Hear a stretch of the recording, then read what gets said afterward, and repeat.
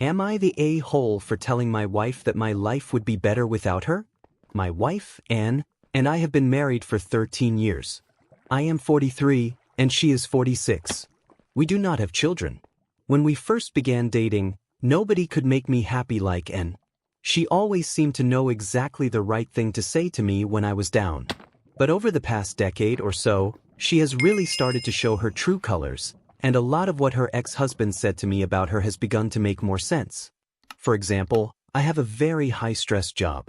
People bring me problems and I fix those problems. But when I get home, 9 times out of 10, Anne just has more problems to throw onto my plate. She doesn't work, so she's free to do anything she wants to solve said problems during the day, but lately she has even begun making lists of things that she wants me to do after I work all day. But my biggest issue with Anne is that I can't ever really open up to her about anything. Whenever I talk about something bad that happened to me, she'll either try to one-up me or agree with the person who wronged me. Last Friday, I had a horrible day. There was an enormous problem at work that basically all fell on my shoulders to solve. When I was crossing the street after work, I had a green signal, and a bicycle blew through a red and side-clipped me. The cyclist yelled expletives at me and then rode away. I thought about calling the police because it was technically a hit and run, but there was probably nothing they could do. When I got home, desperate, I talked to Anne about what happened. She listened and then immediately took the cyclist's side. I reiterated that the cyclist ran through a red light, to which she responded that cyclists aren't obligated to stop. When I told her she was wrong and tried to put the issue to rest, she began frantically Googling laws.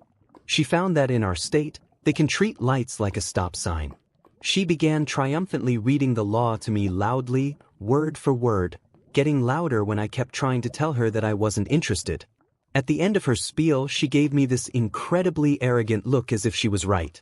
I just stared at her for a second and said that my life would be better without her.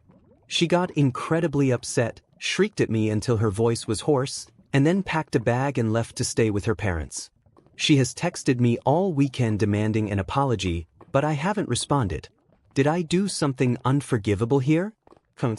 Wait, if the cyclist is supposed to treat it like a stop sign, then shouldn't it stop and yield to oncoming traffic, you, who has a green light? So she's wrong and still triumphantly claiming victory? Personally, I think you could have elaborated a little on how she sucks the life out of you, but that's me being petty. I hope the best for you. Even if she was right, where is your sympathy and compassion for your life partner? She seems to get off treating you like shit. That is not love. You will find it one day after you leave this horrible person. She is the opposite of everything a good and understanding partner should be. She began triumphantly reading the law to me loudly, word for word, getting louder when I kept trying to tell her that I wasn't interested. She is more interested in proving him wrong and taking the cyclist's side than just being there for OP. Sounds like problem solved actually. You said what needed saying and she left. Done and done. Do you need help on first steps for contacting a lawyer or something? Because otherwise it sounds like you got her out of your house with minimal effort. Sounds like this was just a tiny straw that finally broke the camel's back. OP should stop worrying about this situation with the cyclist and look back at all the times he has felt not only unsupported but have had shit that she dumped in his lap that she could have dealt with herself while he was working. Think about the totality of the situation, OP, and then contact a lawyer. 12 days later. 2 weeks ago, I had an argument with my wife, Anne. This argument stemmed from Anne's incessant need to contradict me and everything I say. Anne left in a fit of rage to stay with her parents, and then kept spamming me with texts demanding an apology. A few days after Anne left, I felt something I hadn't in a long time at home: peace. I didn't have someone nagging me about literally everything I did. I didn't have to eat my meals in the correct order, something about pH balance that she probably saw from some creator on TikTok. I didn't have to wash my feet after getting home.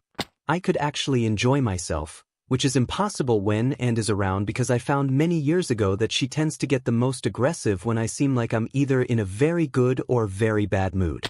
I then did something I never thought I'd do. I reached out to her ex. He was more than eager to talk about Anne and her shenanigans, so we met up for drinks. He and I both had near-identical experiences with her. Anne is a pretty horrible person, especially to her romantic partners. He cited irreconcilable differences for divorcing her, where it was no specific event, but just a long list of terrible interactions and coming to the realization that he detested her as a person. During this time, and went silent on me. I used this lull in our relationship to visit a lawyer, who told me that due to the nature of laws in our state and the fact that N is able-bodied and educated, the chances of me ever having to pay alimony are basically zero. I called, and at that point, she, for some reason, still expected an apology. I told her that I wanted a divorce. She threatened to take everything from me. I said she could try, but any further contact should be done through my lawyer. I'm fully happy to split our assets fairly. I'm fairly sure that N will agree to any deal that gives her more than half. It's just the way she is, and if it's a 55-45 split, I don't care. All I'll have to do is act like she got the better of me, and since she's an idiot, she'll happily agree. Thanks to everyone who responded in the last post with advice. Tons of you suggested divorce, which I think was what actually got me to consider it seriously.